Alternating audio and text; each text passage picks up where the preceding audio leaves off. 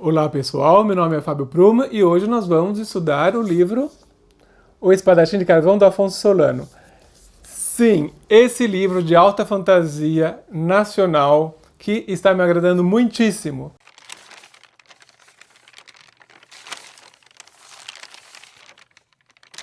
Eu disse que o livro é um livro de alta fantasia. O que é alta fantasia? Alta fantasia é o nome que se dá a essas obras que nela tem várias raças diferentes, não só elas não são obrigatoriamente humanoides, mas na maioria das vezes elas têm características humanoides, e é o caso do livro do Afonso Solano, O Espadachim de Carvão. O personagem mesmo, o personagem principal, Adapak, ele não é um humano. Então, o que é interessante, que na obra de alta fantasia do Solano, ele cria as suas próprias raças. Não é como, não vai falar de orc, não vai falar de dragão, não vai falar desses tipos de personagens que nós estamos familiarizados a encontrar na literatura fantástica. Ele criou o próprio, digamos, o panteão de personagens dele, e que é bem interessante. Dá pra ver que tem uma pegada assim oriental. A impressão que eu tenho quando estou lendo esse livro, Espadachim de Carvão, é que eu tô vendo um tipo de anime, mangá, sabe? Com as criaturas assim bem diferentes que não estão muito próximos do nosso universo de influência bem ocidental, né? De cultura ocidental. Eles vai falar de criaturas com muitos braços, com a cabeça muito estranha, com uma maneira de contar o tempo bem diferente. E isso me faz pensar muito numa pegada, assim, uma influência oriental.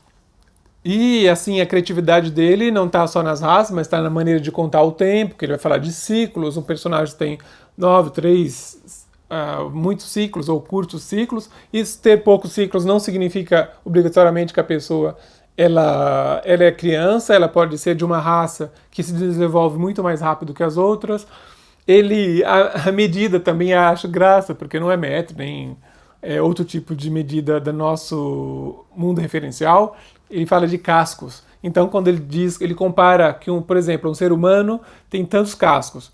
Sim, tem ser humano também no universo do Solano.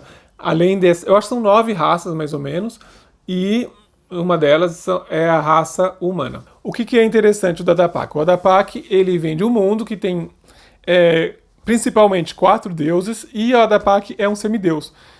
Ele é o filho de... Eu anotei porque o nome é muito difícil, espera aí. É o filho de Enki, apóstrofo Nar, com um trema no A, tá?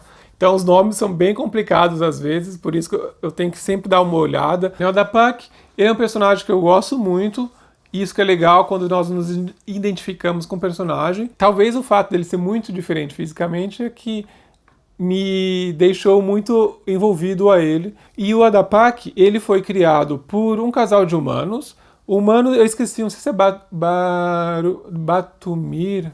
Barutir. É Barutir o nome do homem. Tá vendo? É o nome até de um capítulo que ele tem que encontrar, já bem na frente. Ele reencontra o Barutir. Mas olha, não quero antecipar muitas coisas, mas o Barutir e a esposa do Barutir que criam essa criança.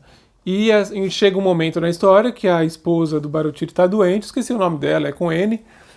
Ela, por razões pessoais, então o Barutir ele é obrigado a entregar a criança ao pai, Deus, né? Que tem esse nome esquisito, que é o Enkinar, para que o Enkinar crie e eduque o Adapak. O Adapak já era uma criança, mas estava falando, uma criança já inteligente, ainda frágil fisicamente falando, muito curiosa, isso que é bem legal desse personagem, ele faz que nem criança mesmo, muitas perguntas. E para pôr um pouco o livro no divã, é que muitas vezes eu tive a impressão, não sei nem se o autor é consciente, ele vai dizer, por exemplo, o impacto dos pais, que os pais, ele diz mais de uma vez que os pais querem para o filho o melhor, e como eles acham que eles estão bem, às vezes eles querem que o filho faça como eles fizeram as coisas, ou eles querem impor aos filhos uma verdade. Mas isso é uma verdade dos pais, não quer dizer que seja a melhor coisa possível que há, né? Então ele questiona, às vezes, a responsabilidade dos pais, né? E sobre o grau de exigência dos pais sobre os filhos. Vamos ver, né, mais pra frente se esse narrador e esses personagens eles também continuam questionando o que é verdade. Mas eu acho legal. Todo tipo de questionamento ele é muito válido e revela muito da maneira de ser do autor. Então, por isso podemos falar do inconsciente do texto. Qual é uma outra coisa bem legal que eu gostaria de destacar é a maneira que o Afonso Solano ele narra a história. Então, ele tem uma facilidade para jogar com as palavras de uma maneira que fica tudo muito lúdico e poético. Então, até as passagens de luta, de combate, né, elas ficam bem bonitas às vezes. Elas nos prendem muito porque ele não vai dizer, por exemplo, que simplesmente que o fulano cortou o cicrano. Ele tem uma maneira de descrever a coisa, como o personagem recua, como o personagem cai, que torna aquilo bem atraente mesmo. É uma coisa que você fica cativado e eu gostei muito, isso me impactou desde o começo. Estou gostando muito. É raro achar um autor que tem uma maneira narrativa de contar assim, original e surpreendente. E eu achei que é o caso do Afonso Solano. Então, ó, parabéns. Eu percebi também que essa maneira de narrar, muito bonita, é trabalhosa. Eu sei porque eu escrevo, né? Vocês sabem, ó. Aqui, ó, vendendo meu jabá.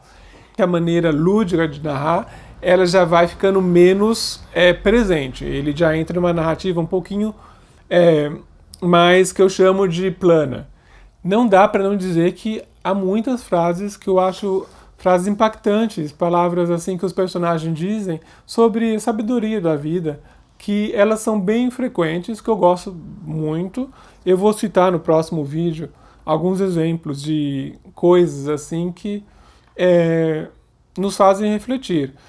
E eu acho bem legal. Eu não tenho assim, é raro, eu, enquanto autor, eu não busco muito personagens que ficam filosofando sobre a vida. E eu acho muito legal quando encontro isso, porque eu gosto muito de coisas diferentes do que eu faço. Então, Solano, gostei muito, não só a beleza da sua narrativa, que é bem interessante, cativante, como também a sabedoria, né, que você usa, as metáforas, as comparações. E é isso aí, por hoje eu vou parar por aqui. No próximo vídeo, então, ó, temos um encontro marcado com o espadachim de carvão e umas passagens interessantes que talvez possam agradar vocês ou desagradar. Suspense, vamos ficar sabendo em alguns dias. Grande beijo e um ótimo dia para vocês. Tchau, tchau.